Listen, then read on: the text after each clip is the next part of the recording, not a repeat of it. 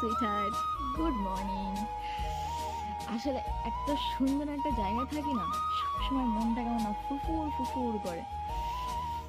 আর সকালটা এখন বাজে হচ্ছে 6টা 15। দেখো ওয়েদারটা, চারিদিকে কুয়াশা,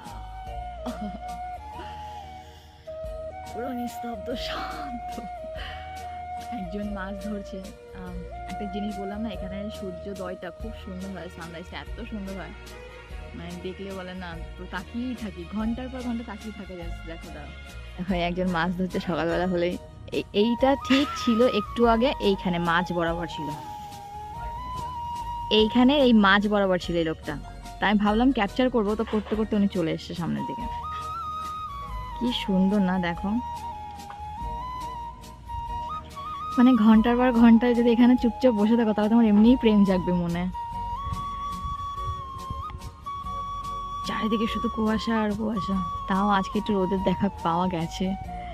ওকে, তাহলে চলো আজকে অবধি থাকুক, যদি আবার কোনো একটা পর্বে আনতে পারি সানসেটের একটা পার্ট, তাহলে দেখো যে সূর্য অস্ত যাওয়াটা এখানে কি সুন্দর লাগে। মানে দুটোই, এখানে তো সূর্যোদয়টা তো আজকে কুয়াশা বা এরকম, আকাশ পরিষ্কার হলে জাস্ট অপূর্ব, মনে মনে তাকিয়ে থাকি একদম।